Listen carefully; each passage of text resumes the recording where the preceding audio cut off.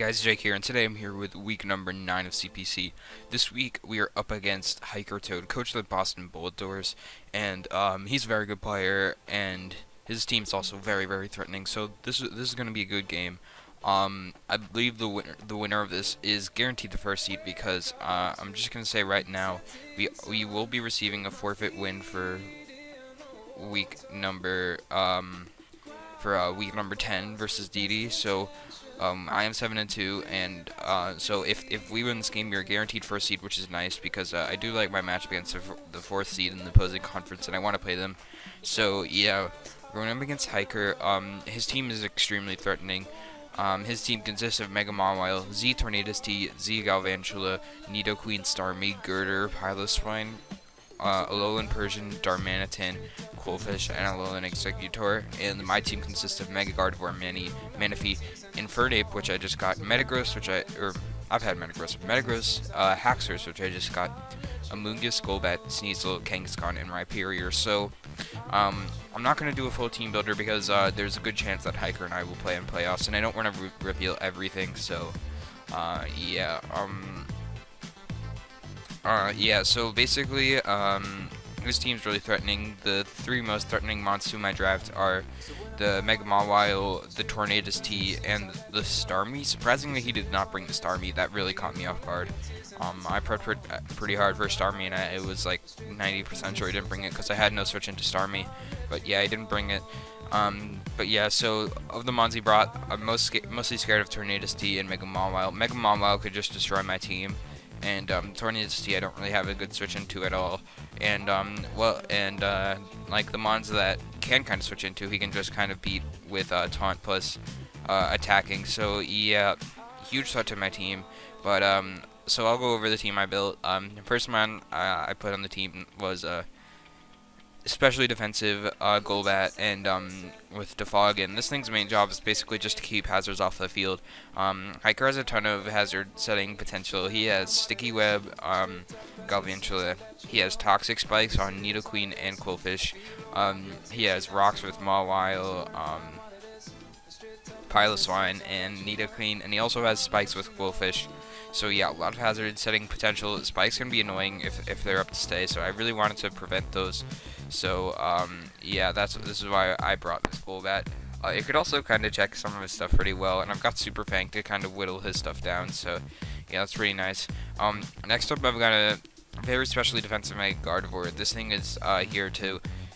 This is basically my Starmie switch-in. It's not really a great switch-in, but I can take 2 Life Orb Analytic Hydros.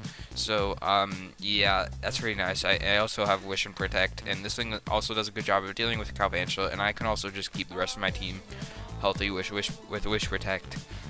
And yeah, next up, Assault Vest Rhyperior, very specially defensive. This thing is basically here because I can switch into a Hurricane, and I can take a Grass Knot on the following turn from Tornadus and Oak Coat with Rock Blast.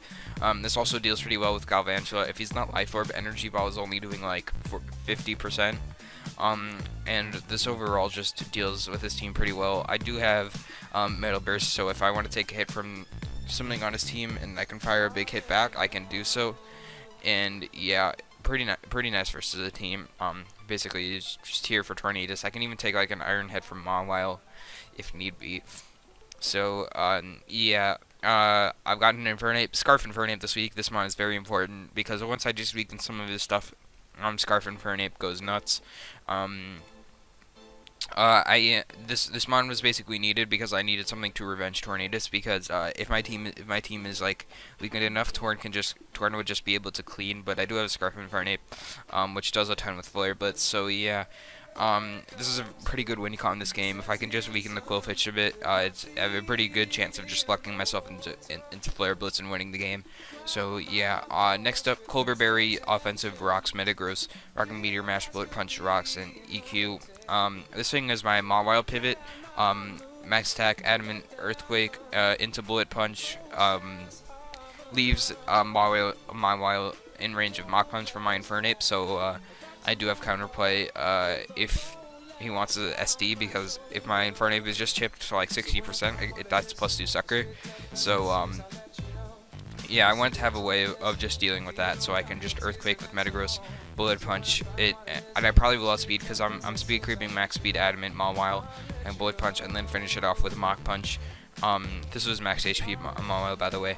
And yeah, he overall just doesn't really have great switch-ins to this, so yeah, pretty good mon this game. And then next up, I've got a very good mon this game, Z Rain Dance Manaphy. Once I scout with the Galvantula's item, this mon just goes in. Like if you look at his team, the Surf just beats everything. Plus 3 Surf from the Rain demolishes Quillfish.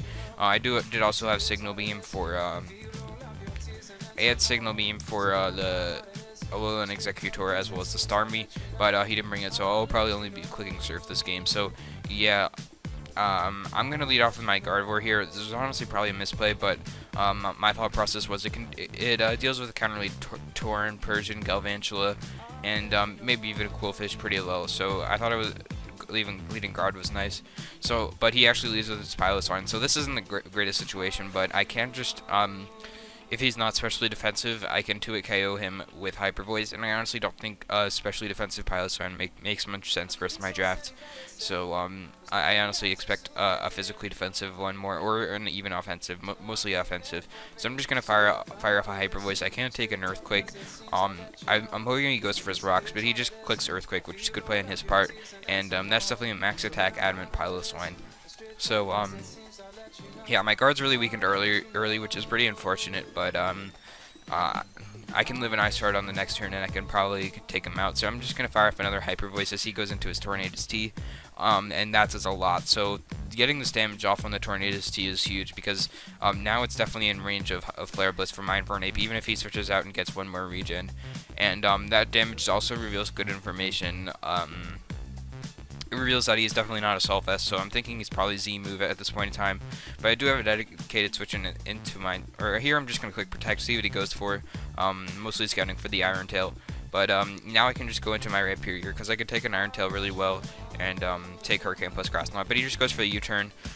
This damage reveals that he is definitely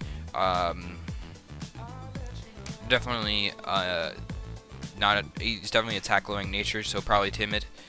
Because I do have a Sneasel. So yeah, he goes down to his Piloswine, and I figured he's either going for Earthquake or Rock, so I can make a play into my Golbat. It covers both the Rocks play and the Earthquake play, as he just decides to go for the Earthquake. So now I decide to pivot into my Manaphy on an expected Ice move, which is good for me, because I can get some offensive momentum, as he actually just goes for his rocks, which I'm fine with. I can defog them off later on in the game.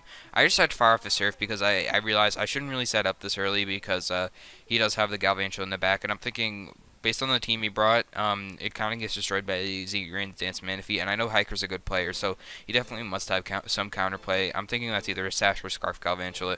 So I just fire for Surf, because if I take off the Piloswine, that means if I defog later, rocks are gone for good. So yeah, he goes on to his Tornadus, and here I'm thinking he really has to Hurricane here and get big damage off on me. So I decided to go into my Rhyperior, as he actually goes for the U-turn, so pretty interesting play on Hiker's part. But yeah, so now he goes into his Piloswine, and here I'm thinking he's either going for Earthquake or a nice type move. So I realized this is a good time to go for the Metal Burst, because it will take him out if he goes for Earthquake or Ice Crash, and I also can't kill him with Earthquake. So yeah, I go for the Metal Burst, he goes for Earthquake, and I kill him with the Metal Burst. So that's really nice. We got rid of the Piloswine, and now he brings out his Galvantula. So I'm thinking, by the way, he brought to this end, I'm probably he probably has Energy Ball, and so I just decided, if he has Energy Ball, I can just sack off my Rhyperior and bring in my Infernape on the following turn. But as you can see, he actually goes for the Bug Buzz, and that does absolutely nothing. And I go for the Rock Blast, and I only get 2 hits. So this was huge, because I could have knocked out the Galvantula right here. The Bug Buzz did nothing to me, and I even had the Tech the Tech Rock Blast to break the Sash and kill it if I got 3 hits. But I only get 2, unfortunately, which means now I definitely have to sack my Rhyperior. It's too low to deal with anything on his team, and now I can just bring in my Infernape. I am Scarf Infernape, and I can just click U-turn, because it will knock out the Galvantula, and he goes into his Quillfish. Now here is where the game starts to get a little tricky. So I don't really have great ways of breaking the Golbat. I'm thinking that damage reveals he's definitely not like a physically defensive Quillfish, so I'm thinking he's probably a fast taunt Quillfish. meaning there's a good chance he will outspeed. He's pretty much probably guaranteed to outspeed my Golbat because I didn't run enough speed investment, and there's even a good chance he can outspeed my Gardevoir, because there's a good chance he can outspeed my Gardevoir because my Gardevoir isn't running much speed either. I don't want to go into my Manaphy because it would take unnecessary hits. And I'm thinking he'll probably have Taunt or Haze, meaning I can't set up a Tail Glow. I was thinking Haze is probably more likely, or both are pretty likely, but Haze is something possible. So if he didn't have Haze, I could actually just have gone into Manaphy right here, and I think I just won on the spot, which is kind of weird. But unless he's Scarf Galvantula, but I don't think he is. But basically what I'm going to do here is I'm going to go into my Golbat. So my defog seemed pretty obvious here, and I'm thinking he's pretty much guaranteed to have Taunt. So I'm just going to go straight for the Super Fang, because if I weaken this, things are looking really good for my Infernape. So yeah, fire off Super Fang. I do get outsped, and I'm just going to continue to Super Fang this thing down, because the more I weaken this, the better, as he sets up a Spike, which kind of sucks a lot. Yeah. It might have been a misplay going Golbat, but basically I wanted to weaken the Qwilfish a lot for my Infernape. So he goes down to his Persian, and I'm thinking, I'm not really sure what Persian can do to me, but this probably has Taunt. Either way, I'm going to try and defog, so if I can get rid of these hazards, I'm in a great spot. But he actually does have the Taunt Persian, and I can't get rid of these hazards. So I don't really want to switch anything into this Persian, so I'm just going to start Super Fanging him down, get him really low. This is another thing I need to weaken for my Infernape, and I'm doing so by just spamming Super Fang. So yeah, I go for the Super Fang. The Foul Play and Thunderbolt are doing nothing. The Taunt wears off. I know he's probably going to Taunt because he can't allow me to get hazards off, so I'm just going to Super Fang again. And after one more Super Fang, he is in range of Brave Bird. So yeah, he is in range of Brave Bird here, and now he just knocks me out with a Foul Play. So this is an important turn. So here I realize I need to win with Scarf Infernape by locking myself into Flare Blitz. But the thing is, I can't really do that easily because I'll be taking Rocks and a Spike, which would leave my Infernape at 64%. And I'll also be having to take Recoil from killing stuff like Tornadus, Persian, Mawile, even Qwilfish a bit. And he also has the Intimidating Qwilfish, so I need to set up a way to weaken his team enough so Infernape can win the game. So I at this point in time I realize I can never set up and win with my Manaphy because Persian can just taunt me. Mawile outclaws me with Play Rough plus Sucker Punch. Tornadus I can kind of set up on, but like if he has taunt on that, then not really. And Galvantula kills me with Thunder after the Rocks and Spikes. And Qwilfish I can get up a Z Rain Dance on, but he'll just taunt as I go for that, meaning I can't Tail Glow the next turn and knock out the Mawile. So I just go into my Manaphy. I can set up a Z Rain Dance, which allows me to outspeed everything on his team, and I also get information if he Scarf Galvantula, because he would bring that in. As he makes pretty bold play, goes for the Thunderbolt. But it does make sense, because if I did set up a Z Rain Dance plus Tail Glow, I would have died to Mawile Sucker Punch. So he goes into Mawile here, and I just want damage off on this to get it in guaranteed range of my Metagross. The rain is annoying for my Infernape, but it should die out by the time I bring it in. So I'm just gonna get it. Oh crap! I think it was turn 13. Oh no, a lot past that. My bad. I accidentally hit start. So yeah, I set up the Z Rain Dance, kill the Persian. He goes into his Mawile. I'm just gonna go for the Surf here to get a lot of damage off on this. Leave it in range of other stuff on my team. I will die to Play Rough. He actually goes for the Sucker Punch, which surprised me, because if I Tail Glowed, he would have just lost on the spot.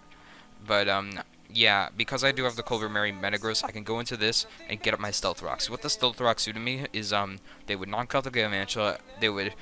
It would put Qwilfish really low. It would also put Torn at about 37%. After it gets the regen and the Stealth Rocks, meaning I can kill the Tornadus with my Infernape even after I have an Intimidate, because if I get my Rocks up, Qwilfish can only come into Rocks one time, so he can only get one Intimidate on me maximum. So Rocks pretty much put me in a great position. So I go for my Stealth Rocks here. If he Swords Dance, I'm in a pretty bad spot, but he actually goes for the Sucker Punch, which is perfect, meaning I can take a Sucker Punch on the next turn and kill him with Earthquake, and he gets a crit, but it doesn't really matter, as now he goes out into his Tornadoes.